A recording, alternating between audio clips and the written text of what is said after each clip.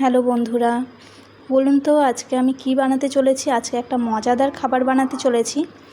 তো প্রথমেই আমি পেস্ট করে নিয়েছি ধনেপাতা, একেবারে পেস্ট করিনি, তার মধ্যে 2টো কাঁচা লঙ্কা দিয়েছি আর নিয়ে নিয়েছি আলু।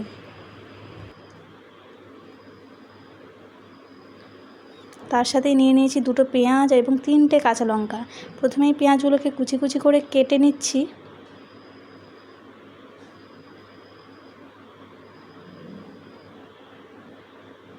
তারপরেই লঙ্কাগুলোকে কুচিয়ে নিচ্ছি। এরপরে একটা বাটির মধ্যে পেঁয়াজ কাঁচা লঙ্কা দিয়ে তাতে আবার লঙ্কা গুঁড়ি দিচ্ছি এবং ধনে আর জিরা গুঁড়ি দিয়েছি। তারপরে আলু সেদ্ধ করে সেই আলুটা আমি দিয়ে দিচ্ছি। এরপরে নিশ্চয়ই আন্দাজ করতে পারছেন যে আমি কি বানাতে চলেছি। তারপরে সেই ধনেপাতা যেটা পেস্ট করেছিলাম সেটাতে 1 চামচ আমি দিয়ে দিয়েছি। এটাতেও কিন্তু লঙ্কা 2টো ছিল। ঝাল ঝাল খুব মজাদার একটা খাবার আমি বানাতে চলেছি, গেস করুন। এই যে আলুর মধ্যে দিয়ে দিলাম লেবু, এটা হচ্ছে কাগজি লেবু, এখানে খুব বেশি এটা পাওয়া যায়।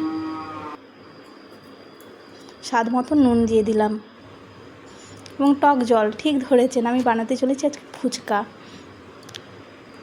তো তেঁতুল দিয়ে আমি গুলে নিয়েছি, ধনেপাতা যুক্ত জলটাও দিয়ে দিয়েছি।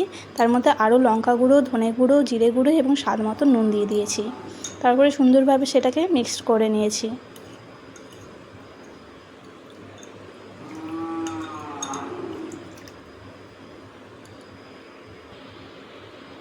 আর আমাদের এদিকে আলুটাও রেডি। আলুটাও খুব সুন্দরভাবে মাখিয়ে নিয়েছি, টকটক নুন নুন ঝাল ঝাল। আর এইদিকে আমি নিয়ে নিয়েছি ফুচকা, রেডিমেড ফুচকা।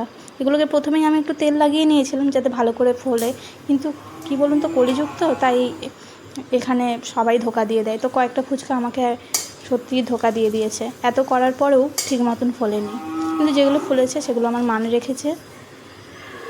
তারপরে এইভাবে আলতোভাবে নাড়িয়ে নাড়িয়ে চারিদিকটা সুন্দর করে ভেজে নিচ্ছিলাম। তারপরে রেডি আমার আজকে সুন্দর সুন্দর ফুচকা। কেমন হয়েছে ভিডিওটা অবশ্যই জানাবেন, লাইক করবেন, সাবস্ক্রাইব করবেন। আরও নতুন নতুন ভিডিও নিয়ে আসবো। Thank you.